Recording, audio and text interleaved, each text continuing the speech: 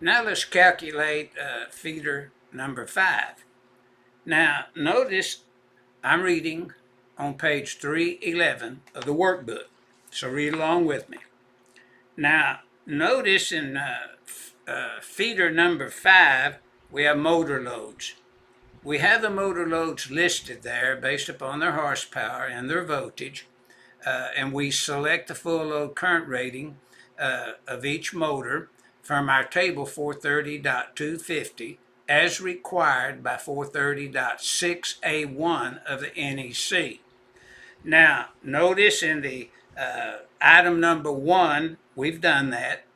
We've totaled all the motors with the 25% increase rule, and we come up with 588 amps basically. And notice now, you could also use 125% of 21 if you wanted to, but we just kind of put the 25% in as the largest motor there. So you would kind of pick that up. Now, looking at item number 2, then we're wanting to size the THWN copper conductors in a parallel hookup, and we're basically wanting to know how many 3/0 we would need. So in step 1, we do the math and we come up with 2.94, which would mean 3 parallel conductors in parallel, and it'd be 3/0, 3 of them. Now, that would be the solution to item number 2. Now, item number 3, we're wanting to size the overcurrent device. Now, notice in the step 1, we take 250% of 21 amps by the sections that are listed in step 1. Now, sometimes, and many times, most of the time, they'll round that up. They'll round up from 52.5 to 60 amp overcurrent device, add up the other full load current ratings to that value, and notice we come up with 611 when we add all the other loads together. And then notice that it wouldn't matter if you rounded it up to 60 instead of 50. You would just add 10 amps to the 611 point, I believe it's 8 there, which would be basically then 621, but you'd still be rounding it down by your 430.62A, because there's no exception there to let you round it up to higher value, so you'd round down to 600 amps.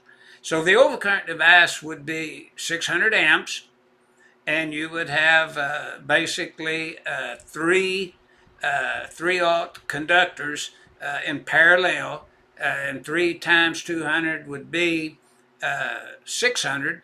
So that's why we kind of rounded it down. You would have a 600 amps protecting your conductors and your equipment there.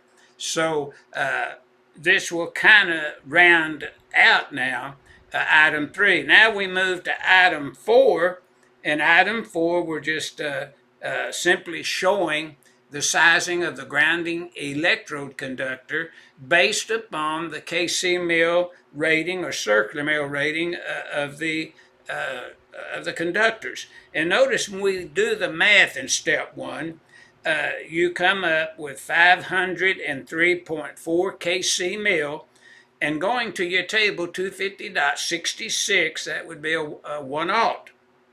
That'd be the solution for the sizing of the grounding electrode conductor and copper conductor.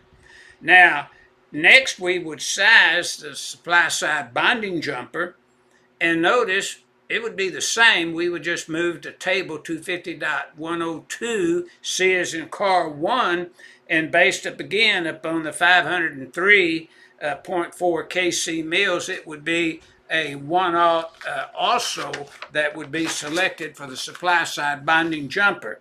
Now on page 312, starting on the left hand side of the page, we size the neutral conductor that would serve as a neutral and an equipment, not a really equipment grounding conductor per se, but a supply side type bonding conductor.